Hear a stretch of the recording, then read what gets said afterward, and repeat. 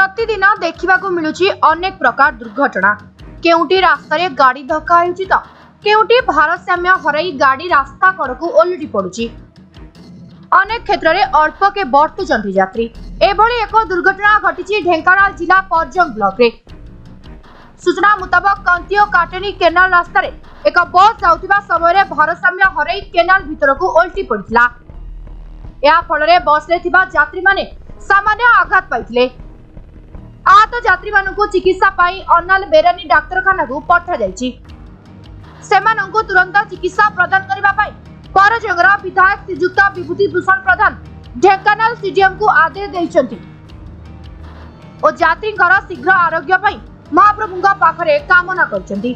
परजंगरु Gautam Raut report, समय live.